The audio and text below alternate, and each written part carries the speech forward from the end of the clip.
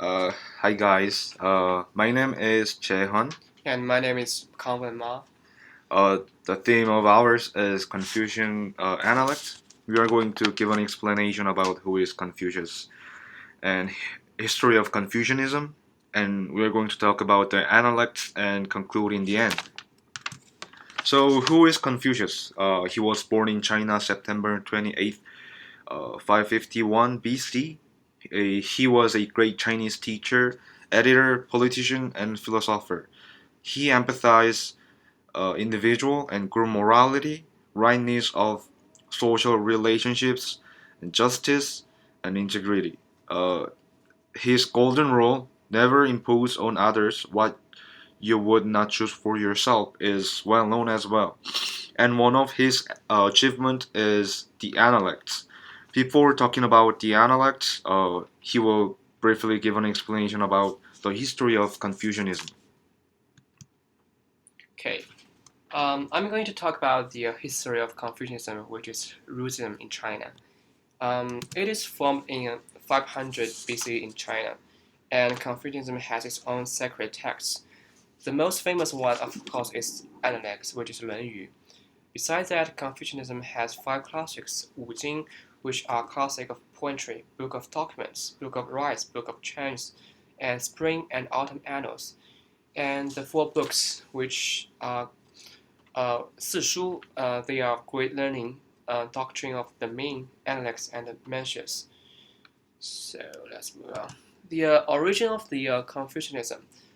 It is no doubt that Confucius created Confucianism, and it is formed in the nation of Lu, which is his own country, during period of pre-Qing dynasty. However, the development of the Confucianism ceased suddenly in later Qing dynasty, because Qin Shi Huang, who was the king of the Qing dynasty, commanded to burn all books related to Confucianism at that time. The reason is that Qin Shi Huang was a dictator at that time, and some followers of Confucianism criticized current politics and even spread something bad about Qin Shi Huang in the society. So that resulted in that Qin Shi Huang was mad at Confucianism and decided to burn them all to show his power. Years later, during Han Dynasty, it was time for Confucianism to have a rebirth, because the prime minister of Han Dynasty, he really liked the principles and concepts in books of Confucianism. What he did was he revived Confucianism again and made it as a dominant ideology at that time, and encouraged all schools to teach Confucianism. So this policy done by the prime minister built up the foundation that Confucianism became the most significant school of thought in China.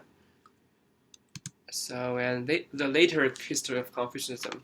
During Tang Dynasty, Confucianism reformulated as Neo Confucianism, which combined with Buddhism and Taoism. During Song Dynasty, Neo Confucianism became the core philosophy of scholar official class. And during Yuan Dynasty, the Mongol country established a new Confucian bureaucracy to manage the entire nation.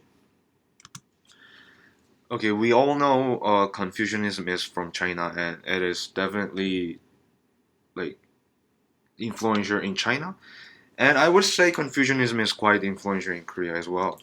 There is no written record when we accept and begin studying Confucianism, but there are some records, of course, that prove Confucianism was popular during the period of Three Kingdom, and after that, during Goryeo Dynasty, 1880 to 1392 AD, its royal school taught students Confucianism, and many scholars and philosophers did put a value on learning Confucianism. And after that, during Joseon Dynasty, 1980 to 80 to 19 I'm sorry, 1897 AD, Confucianism became one of major religions with Buddhism. Of course, its royal school taught it, and many noblemen researched Confucianism deeply. And I would say there's some influencers in Korea, like relationships between the elder and children, and the entire the social relationships. If you listen to his analects, you can never deny his true meanings. Nothing can be done without hope and confident. And Confucius teaches us how to inspire, dream, accomplish, seek, and learn in life. We are going to introduce several analects and give an explanation and examples. Okay, the code one. The code one is that the master said, "Isn't it a pleasure to study and practice what you have learned? Isn't it also great when friends visit from distant places? If people do not recognize me and it doesn't bother me and am not a nobleman." So this code simply demonstrates that reviewing more after studying makes Confucius happy, and making friends from other places makes Confucius happy. It is okay for Confucius if other people do not understand him, and Confucians would not be mad and not blame them at all. So it is a kind of behavior is what a gentleman or Junzi should do. So this code conveys three truths about life. The first one is how to gaining knowledge happily or in a proper way, which should be combined with reviewing and studying. And the second one is how to socialize. So people should make more friends from different places and welcome them and invite them to to play some games together. And the third one is to keep a positive attitude towards each person, which means you should be kind and polite to each person that you met. And code two. So the master said, if you know, recognize that you know. If you do not know, then realize that you do not know. This is knowledge. So these codes demonstrate that recognize what we do know and we do not know. And it is not a shame that sometimes we cannot understand some points. And we should briefly admit something that we do not know about. So I think this situation sometimes would happen. It's like, for example, you pretend to know something. Actually, in fact, you do not know the true meaning, and you just should try to act that you know it very well, but it's not right. It's not it is not a proper way to study to learn knowledge.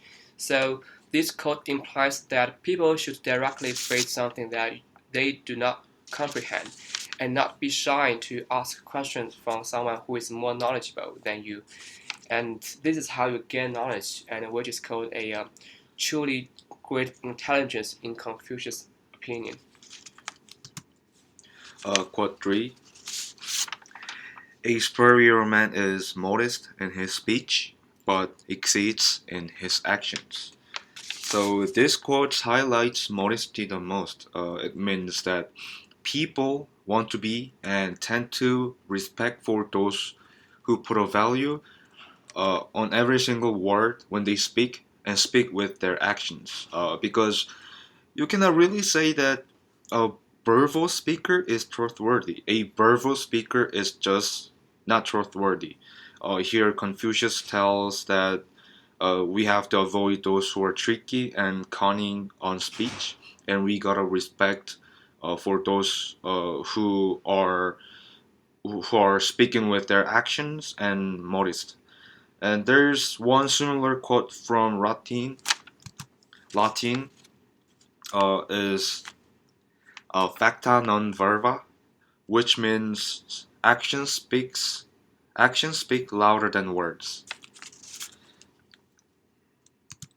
Okay, quote 4.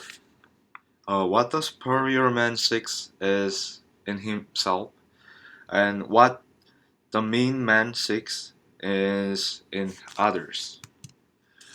So this is quite personally this is my favorite quote from the Analects because it highlights self-assessment, which is my core value. It is only difference between a great one and worthless one. A great man tries to find a mistake from himself and change it in order to be better and advance further. But a worthless man blames a mistake on others and never finds a mistake from him and never try to change it, which can absolutely lead nothing changed, and the worthless man will be forest a worthless man. So these four quotes from Confucius teach us basic principle in real life, which is pretty instructive.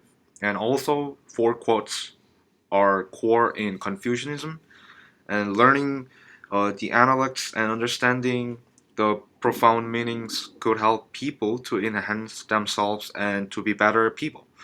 That's why Confucianism is very famous and popular, prevailing in Korea, China, and in other Asia countries.